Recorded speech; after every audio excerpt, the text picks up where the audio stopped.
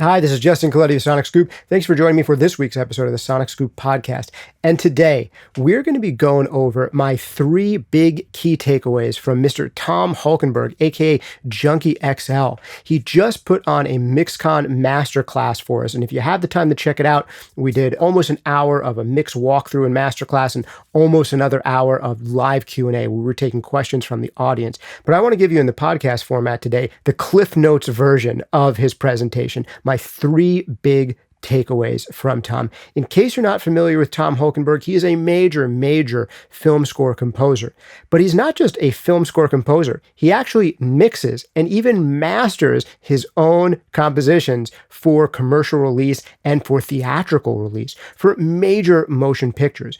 He's worked on things like Mad Max Fury Road, Deadpool. Recently, he worked on Justice League and did the score for Godzilla vs. Kong.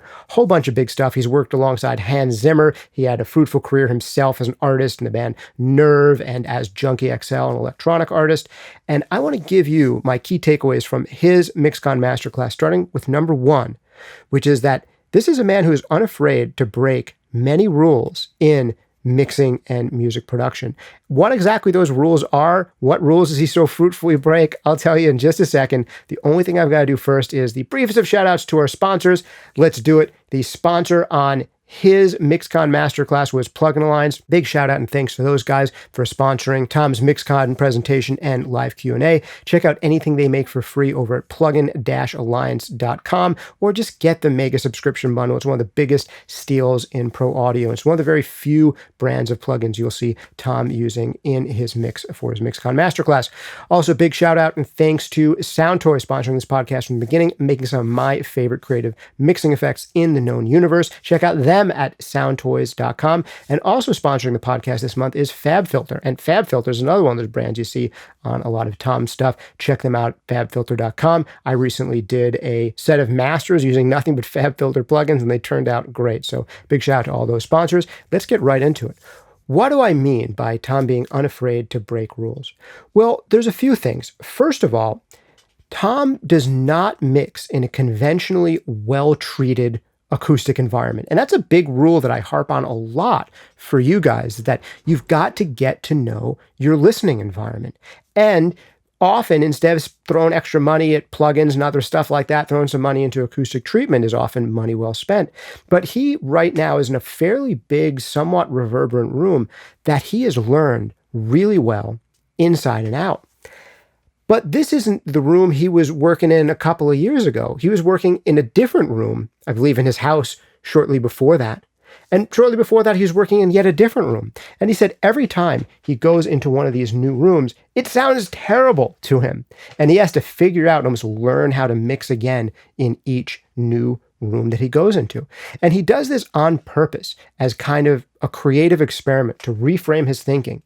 He doesn't want to be like Hans Zimmer, who's worked successfully in the same room for 20 years and he knows how everything sounds. Tom decided to break that rule because it keeps him motivated and it keeps him creative and it keeps him seeing things through different angles. So breaking this rule of having the perfectly controlled acoustic environment that you know inside and out from years upon years of working there, he's kind of taken this rule and thrown it away to a degree, and he's made it work. Now, there's always a price to pay when you break a rule, and the price Tom has to pay is that he's got to relearn the room every single time. But that makes him focus in on listening to his favorite references in that new space, getting acclimated to it, and really tuning himself to that new environment. And maybe some of us, if we get really comfortable in the same room, might forget to go through that process. But he's constantly refreshing himself and refreshing the way he hears things and hearing music through a new lens when he goes to different room after different room. Another big rule that he breaks is that he mixes and masters his own stuff. You're not really supposed to mix your own recordings, and you're not really supposed to master your own mixes. That is advice that I and most people would give to the average person starting out. But Tom breaks this rule. He trusts himself to master his own mixes more than he'd trust anyone else to do it. And he trusts himself to mix his own compositions more than anyone else. Now, there's a lot of people who early on might have bad results with this, but you have to remember, Tom, I'm not going to speculate on his age right now, but he's been doing this since his teens or 20s, recording, producing, engineering, then being an artist. So he has these decades upon decades of experience to draw from, and he can ultimately trust himself to do this stuff by learning the environments he's in and by applying these decades of wisdom to his own productions. So this is something you can do. And he even goes further in creating his own sample libraries. So he calls it full contact approach to music production or to mixing, where he's really doing so many different parts of this process himself because he really loves doing each of those parts of the process. And I think that's the biggest reason. If you're going to mix your own stuff or master your own stuff, it should be because you love doing that part of the process more than saving some money. Because let's be serious, Tom Holkenborg, with the kind of budgets he gets to work with, doesn't need to save money by not going to a mastering engineer or not going to a mixing engineer or not buying an extra sample library. It's because he loves that part of the process that he's doing it. And having that love for it is a big thing. But this idea of creating your own sample libraries and mixing your own stuff and mastering your own stuff brings me to another key takeaway that I learned from Tom on this one. And that is to do that, to really make that work, you've got to separate the process into a few different chunks.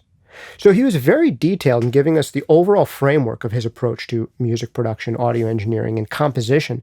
And that is that when he works on a new score, he has three distinct phases. He has this phase where he's creating new sample libraries specifically for the new score.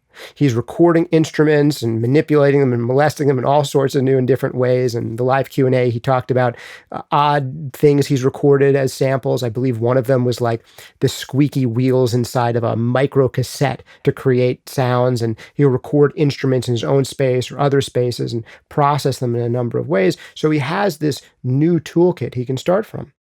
But then he gets into this second process, the writing process, where he's created a template with all of his instruments already set up and with some processing going on. For instance, he had the Shadow Hills compressor on his master bus. He had some reverbs on, some sends just available right there to go into. And he's kind of doing mixer-like things as he's writing and arranging.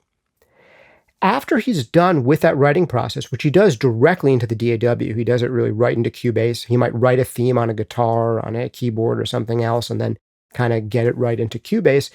Once he's done with that writing process, he stops and he has a whole new session now. Once all the writing and the recording is done, he goes to a separate mixing process. New session, new template, this one crafted just for mixing, where he's working with stems that he's created from that writing and recording template. So there are the three distinct phases for him: the initial sound creation, the composition and writing stage, and then the mixing and then mastering stage. And these are all separate stages where he gets to take kind of a break, have a totally new template, a new environment that he's working in for each of those. It's really tailor-made to that purpose. Now, this brings me to the big key takeaway number 3 I got from him, which is when he gets to the final mix, his mix becomes something of a formality where he's not doing a ton of heavy lifting, right? He's doing fairly minor changes, and there aren't tons of plugins all over his final mix because a lot of that processing that you might consider part of the mixing stage happened as part of the writing and recording stage where he's committing to great sounds going in. So the final mix really just becomes the final little bit of sweetening and rebalancing and micromanaging, getting just the right balance, rather than kind of reinventing everything at that stage. And some people brought up questions about how you deal with low end, that kind of thing. And his answer to a large degree was that he deals with it while he's arranging, while he's recording, while he's writing. If you have a kick drum that has a fundamental frequency that's rubbing against your basses or your tubas or your low synths, the time to fix that is when you're tracking it, ideally. And ideally, you're not arranging things so that you have a tuba playing a D while, your low synth is playing a C. Like, that doesn't make any sense. And he says one of the mistakes that a lot of composers will make early on is trying to think that they need all these different low-end instruments doing different things at the same time. And he's getting in front of those mix problems by baking answers to mixing questions into the arrangement. So that's a big thing. The best mixes come out of the best arrangements. Man, there's so many more takeaways that I could give you. I'm going to cut myself off at 3 because I could go into the way that he uses dynamic EQ and multiband compression to control low end, the way he thinks about reverb and space, the way he thinks about EQing. He goes into a lot of detail on that in his MixCon Masterclass. You'll definitely want to check that out, so I'll link to it here and in the show notes down below. Big thanks again to our sponsors, Plugin Alliance, who sponsored his MixCon presentation. Try out anything they make for free over at plugin-alliance.com. Also, big thanks to SoundToys sponsoring this podcast from the beginning. Try out anything they make for free for 30 days over at soundtoys.com. And FabFilter, another one of those brands that's come up a lot in Tom's presentation. Check them out at fabfilter.com, where you can try out anything they make for free as well. If you want some totally free stuff, you can go to sonicscoop.com/MixCon giveaway. That's sonicscoop.com/MixCon giveaway, where you can enter to win in the MixCon Mega giveaway, where we're giving away thousands of dollars worth of free gear, and there'll be at least 3 winners chosen from that one. So definitely check that out, sonicscoop.com/MixCon giveaway. And also, if you want a free workshop on mixing called the 5 Habits of Every Great Mixer, you can get that sonicscoop.com/mixhabits. That's sonicscoop.com/mixhabits, or the free workshop on an intro to mastering called Mastering 101 over at sonicscoop.com/mastering 101. If you want to go even deeper in the future, we've of course got the full-length courses, Mixing Breakthroughs and Mastering Demystified, with yours truly. I hope this one has been useful for you, and I hope to see you again sometime. Thanks for hanging out with me. This has been Justin Colletti of Sonic Scoop. See you next time.